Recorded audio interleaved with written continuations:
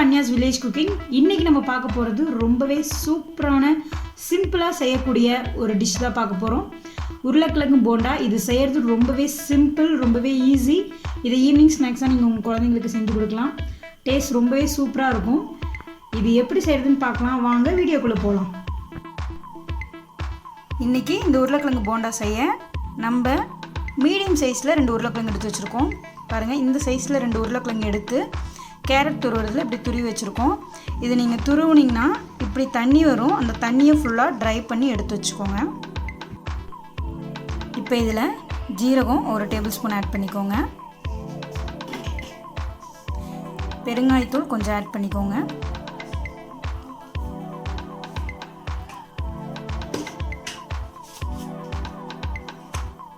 உப்பு தேவையான அளவு.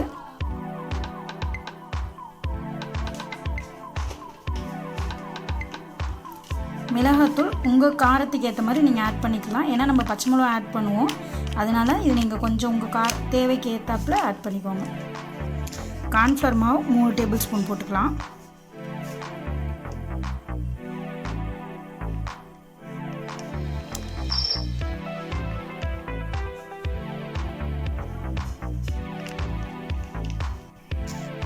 அதே ஸ்பூனில் கடல மாவு ஒரு 6 டேபிள் ஸ்பூன் ஆட் பண்ணிக்கோங்க.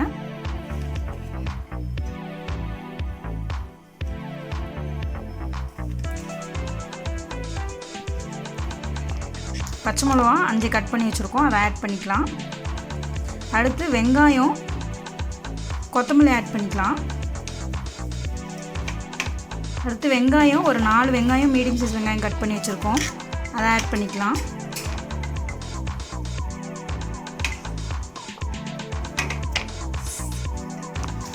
இப்போ இதை நல்லா பிசைஞ்சிக்கலாம். தண்ணி ஆட் பண்ண தேவையில்லை, ஏன்னா உருளைக்கிழங்கு துருவி வச்சுருக்கனால அதுலேயே நமக்கு தண்ணி இருக்கும். தண்ணி ஊற்றாமல் நல்லா இப்படி பிசைஞ்சிக்கலாம். நல்லா இந்த மாதிரி உருண்டை பிடிக்கிற அளவுக்கு அந்த பதத்துக்கு பிசைஞ்சிக்கோங்க. இதில் நீங்கள் தேவைப்பட்டால் கடல மாவுக்கு பதிலாக கோதுமை மாவும் ஆட் பண்ணிக்கலாம், பச்சரிசி மாவும் ஆட் பண்ணிக்கலாம். ஸோ நல்லா பிசைஞ்சிட்டு இப்படி உருண்டை பிடிச்சிக்கோங்க. மாவு ரொம்ப லூஸாக இருந்துச்சுன்னா நீங்கள் அதில் பச்சரிசி மாவை ஆட் பண்ணிக்கலாம். இந்த மாதிரி நல்லா தட்டி எடுத்து வச்சுக்கோங்க. இப்போ நம்ம இதை எண்ணெயில் போட்டு பொரிக்க போகிறோம். கடாயை வச்சுக்கோங்க. கடாயை வச்சு எண்ணெய் ஊற்றிக்கோங்க. எண்ணெய் எல்லாம் காயிட்டும். எண்ணெய் காஞ்சிருச்சு. இப்போ நம்ம ஒன்றா போட்டுக்கலாம். போடுறதுக்கு முன்னாடி எண்ணெய் காஞ்சதும் அடுப்பை சிம்மில் வச்சுருங்க. நம்ம ஒன்றா ஆட் பண்ணிக்கலாம்.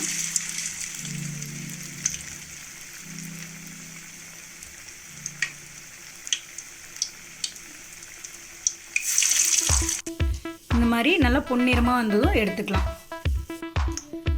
ரொம்பவே டேஸ்டான உருளைக்கிழங்கு போண்டா ரெடி ஆயிடுச்சு. இதை நீங்களும் வீட்டில் ட்ரை பண்ணி பாருங்கள். எப்படி இருந்துச்சுன்னு கீழே கமெண்ட் பாக்ஸில் சொல்லுங்கள். இந்த வீடியோ உங்களுக்கு பிடிச்சிருந்தா லைக் பண்ணுங்கள், ஷேர் பண்ணுங்கள், கமெண்ட் பண்ணுங்கள். மறக்காமல் எங்கள் சேனலை சப்ஸ்கிரைப் பண்ணுங்கள். தேங்க்யூ.